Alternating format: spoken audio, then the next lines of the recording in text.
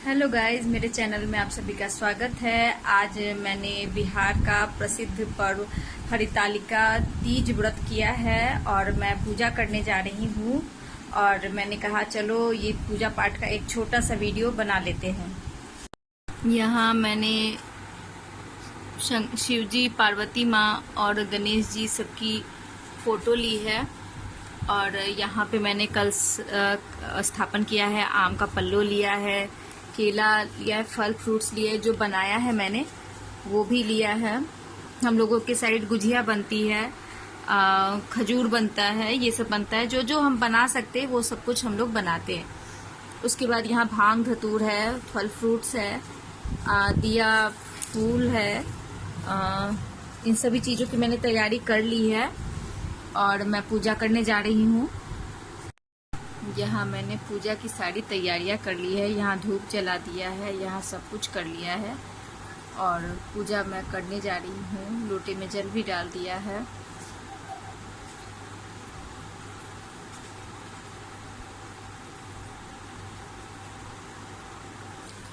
अब मैं हरितालिका व्रत की कथा आरंभ कर रही हूँ। सूत जी कहते हैं कि मंदार माला से जिन पार्वती जी का केश पाज अलंकृत है और मुंडों की माला से शंकर जी की जटा अलंकृत है। जो पार्वती जी दिव्य वस्त्र धारण करती हैं, जो शिव जी दिगंबर हैं, ऐसे श्री पार्वती तथा शिव जी को प्रणाम करती हूँ। रमणीक कैलाश पर्वत के शिखर पर बैठी हुई पार्वती जी कहती हैं, हे महेश्वर, हमें कोई गुप्त व्रत या पूजन बताइए जो सब धर्मों में सरल हो, जिसमें परिश्रम भी कम करना पड़े लेकिन फल अधिक मिले। हे नाथ, यदि आप मुझ पर प्रसन्न है तो यह विधान बताइए। हे प्रभु, किस तप, व्रत तथा दान आदि से मध्य और अंत रहित आप जैसे महापुरुष हमको प्राप्त हुए। शिवजी बोले, हे देवी सुनो, मैं तुमको एक व्रत जो मेरा सर्वस्व और योग छिपाने योग्य है लेकिन तुम्हारे प्रेम से वशीभूत होकर तुमको बताता हूँ। जैसे नक्षत्रों में चंद्रमा, ग्रहों में सूर्य, वर्णों में ब्राह्मण, देवताओं में विष्णु भगवान, नदियों में गंगा, पुराणों में महाभारत, वेदों में साम वेद, इंद्रियों में मन श्रेष्ठ है। सब पुराण और वेदों का सर्वस्व जिस तरह कहा गया है, मैं तुम्हें एक प्राचीन व्रत बतलाता हूँ। एकाग्र मन से सुनो। जिस व्रत के प्रभाव से तुमने मेरा आधा आसन प्राप्त किया है वह मैं तुम्हें बताऊंगा, क्योंकि तुम मेरी पत्नी हो। भाद्र पक्ष मास में हस्त नक्षत्र में युक्त शुक्ला तृतीया तिथि को उसका अनुष्ठान मात्र करने से स्त्रियां सब पापों से मुक्त हो जाती हैं। हे देवी, तुमने आज से बहुत दिनों पहले हिमाचल पर्वत पर इस व्रत को किया था। यह वृतांत मैं तुमसे कहूँगा। पार्वती जी ने पूछा, हे नाथ, मैंने क्यों यह व्रत किया था? यह सब आपके मुँह से सुनना चाहती हूँ। शिव जी बोले, भारतवर्ष के उत्तर की ओर एक बड़ा रमणीय पर्वतों में श्रेष्ठ हिमवान नामक पर्वत है। उसके आसपास तरह तरह की भूमियां हैं, तरह तरह के वृक्ष लगे हुए हैं, नाना प्रकार के पक्षी, अनेक प्रकार के पशु उसमें निवास करते हैं। वहां पहुंचकर गंधर्वों के साथ बहुत से देवता, चरण पक्षीगण आदि सर्वत्र प्रसन्न मन से विचरते हैं। वहां पहुंचकर गंधर्व गाते हैं, अप्सराएं नाचती हैं। उस पर्वत राज के कितने ही शिखर हैं, उनमें स्फटिक, रत्न, वैदुर्य, मणि आदि की खाने भरी हैं। यह पर्वत तो इतना ऊंचा है कि मित्र के घर की तरह समझकर आकाश का स्पर्श किए रहता है। उसके समस्त शिखर सदैव हिम से आच्छादित रहते हैं। गंगा जल की ध्वनि सदैव सुनाई देती है। हे पार्वती, तुम बाल्यकाल में उसी पर्वत पर तपस्या की थी।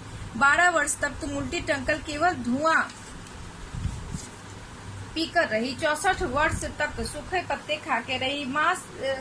माघ मास में तुम जल में बैठी रहती। वैशाख की दोपहरी में पंचाग्नि तापती। श्रवण के महीने में जल बरसता तो तुम भूखे प्यासी रहकर मैदान में बैठी रहती। तुम्हारे पिता इस तरह के कष्ट सहन को देखकर बड़े दुखी हुए। वे चिंता में पड़ गए कि मैं अपनी कन्या किसको दूं। उसी समय नारद जी आ पहुंचे।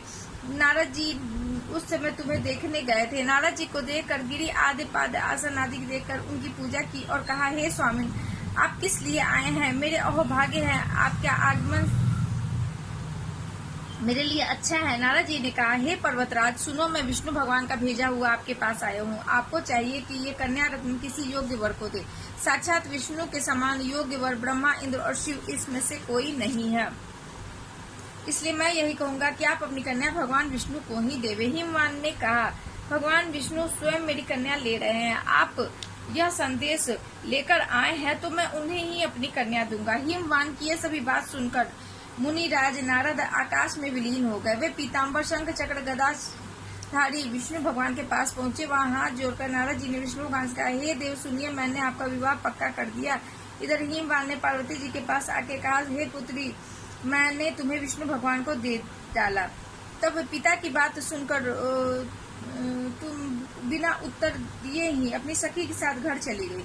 वहाँ जमीन पर पड़ रखे तुम बड़ी दुखी रोती हुई विलाप करने लगी। तुमको इस तरह विलाप करते हुए देख सखी ने पास आके पूछा, देवी तुम इतनी दुखी क्यों हो? इसका कारण बताओ। तुम्हारी जो कुछ इच्छा होगी मैं यथाशक्ति इसको पूरा करने की चेष्टा करूंगी, इसमें कोई संशय नहीं है। पार्वती जी बोली, मेरी जो भी कुछ अभिलाषा है उससे तुम प्रिय पूर्वक सुनो। मैं एक शिव जी को अपना पति बनाना चाहती हूँ, इसमें कुछ भी संशय नहीं है। मेरे इस विचार से को पिताजी ने ठुकरा दिया है, इससे मैं अपना शरीर त्याग दूंगी। पार्वती जी की इस बात को सुनकर सखियों ने कहा कि शरीर का त्याग न करके चलो, ऐसे किसी वन में चले जहाँ पिता को पता न चले। ऐसी सलाह से तुम वैसे वन में पहुंची। उधर तुम्हारे पिता तुम्हें हर जगह ढूंढने लगे, हर जगह गुप्तचर भेजने लगे और तुम्हें ढूंढने के लिए दिन रात एक करने लगे। उन्होंने मन ही मन कहा कि मैं नारद जी के आगे प्रतिज्ञा कर चुका हूँ, मैंने अपनी पुत्री विष्णु भगवान को दे दूंगा। लेकिन ऐसा सोचते सोचते हिमवान मूर्छित हो गए। गिरिराज को मूर्छित देखकर सब लोग हाहाकार करते हुए सबके जब होश आया पूछने लगे, गिरिराज आपकी मूर्छा का कारण बताइए। हिमवान ने कहा, आप मेरे दुख का कारण सुने। ना मालूम कौन मेरी पुत्री को हर ले गया, कहाँ है मेरी बेटी? काले सांप ने काट लिया या सिंह ने खा लिया? हाय हाय, मेरी बेटी कहाँ चलेगी? किसी दुष्ट ने मेरी बेटी को मार डाला। ऐसा कहके वो वायु की झोंके से कांपते हुए वृक्ष के समान कांपने लगे। इसके बाद हिमवान तुम्हें वन वन ढूंढने लगे, वह वन भी जहाँ सिंह भालू सिंह जीवों से बड़ा भयानक हो रहा था। तुम अपनी सखियों के साथ उस भयानक वन में चलती चलती एक ऐसे जगह पर पहुंची जहाँ नदी बह रही थी। उस रमणीय तट पर एक बड़ी कंदरा थी। तुमने उस कंदरा में आश्रम बना लिया। मेरी एक बालुकामयी प्रतिमा बना के अपनी सखियों के साथ निराहार रहकर मेरी आराधना की। जब भाद्रपद शुक्ल पक्ष की हस्त युक्त तृतीया तिथि प्राप्त हुई तो तुमने मेरा विधिवत पूजन किया और रात भर जागकर गीत वादादि से मुझे प्रसन्न करके बिताया। उस व्रत राज के प्रभाव से मेरा आसन डगमगा उठा, जिससे मैं तत्काल उस स्थान पर पहुंचा जहां तुम अपनी सखियों के साथ रहती थी। वहां पहुंचकर मैंने तुमसे कहा कि मैं तुमसे प्रसन्न हूँ, बोलो क्या चाहती हो? तुमने कहा, मेरे देवता, यदि आप मुझ पर प्रसन्न हैं तो आप मेरे पति बने। मैंने तथास्तु कह के कैलाश पर्वत पर वापस आने पर तुम्हें वह प्रतिमा नदी में प्रवाहित कर दी और सखियों के साथ उस महाव्रत का पालन किया। हिमवान भी तब तक उस वन में तुम्हें खोजते आ गए। चारों दिशाओं में तुम्हें खोजते खोजते वो व्याकुल हो चुके थे, इसलिए तुम्हें आश्रम के समीप पहुंचते ही गिर गए। थोड़ी देर बाद उन्हें नदी के तट पर दो कन्याएं दिखाई। देखते तुम्हें छाती से लगा लिया और बिलख कर रोने लगी। फिर पुत्री, तुम सिंह व्याघ्र आदि जंतुओं से भरे इस वन में क्यों आ पहुंची? पार्वती ने उत्तर दिया, हे पिताजी, मैंने पहले ही अपने आप को शिव जी के हाथों सौंप दिया था। आपने मेरी बात टाल दी, इससे मैं यहाँ चली आई। हिमवान ने सांत्वना दिया, कहा, हे पुत्री, मैं तुम्हारी इच्छा के विरुद्ध कुछ भी नहीं करूंगा। तुम अपने साथ ले आए और मेरा विवाह तुम्हारे साथ कर दिया है। इसी से तुम्हें मेरा आधा आसन प्राप्त हुआ। तब से आज तक किसी के सामने मुझे यह व्रत प्रकट करने का अवसर प्राप्त नहीं हुआ। हे देवी, मैं जानता हूँ यह व्रत हरितालिका नाम क्यों पड़ा। तुमको सखिया हर दिल ले गई थी, इससे इसका नाम हरितालिका पड़ा। इस पर पार्वती जी ने कहा, हे प्रभु, आपने नाम तो बता दिया, विधि भी बताइए, इसका क्या पुण्य है, क्या फल है, यह व्रत कौन करे? श्री शिव जी पार्वती जी से कहते हैं, हे देवी, मैं स्त्री जाति की भलाई के लिए उत्तम व्रत बताता हूँ। जो स्त्री अपने सौभाग्य की रक्षा के लिए चाहती हो वो यत्न पूर्वक यह व्रत करे। पहले कदली के खंभे से सुशोभित एक सुंदर मंडप बनाओ, इसमें रंग बिरंगे रेशमी कपड़ों के चांदवा लगा कर मंडप को सुसज्जित करे। चंदन सुगंधित द्रव्यों से मंडप को लिपवाए। फिर शंख मृदंग आदि बजाते बहुत से लोगों को एकत्रित करके मंगलाचार्य करते हुए उस मंडप में पार्वती शिव जी की प्रतिमा स्थापित कर उस रोज उपवास करके बहुत से सुगंधित फूल, गंध, मनोहर धूप, नाना प्रकार के नैवेद्य आदि एकत्रित करके मेरी पूजा करे। रात भर जागरण करे। ऊपर जो वस्तुएं गिनाई गई हैं, इसके अतिरिक्त नारियल, सुपारी, जमेरी, नींबू, लौंग, अनार, नारंगी आदि जो जो फल इकट्ठा हो सके सब इकट्ठा करे। उस ऋतु में जो फल फूल मिले विशेष करके धूप आदि उच्चारण करता हुआ पूजन करे। इसके बाद शिवाय शिव रूपे ने यहाँ लेकर प्रसन्ना भव पार्वती तक के मंत्रों का उच्चारण करे, जिसका अर्थ है हे शिवेश्वर सब अर्थों को देने वाली हे देवी शिव रूपे आपको नमस्कार है। हे शिव रूपे आपको नमस्कार है।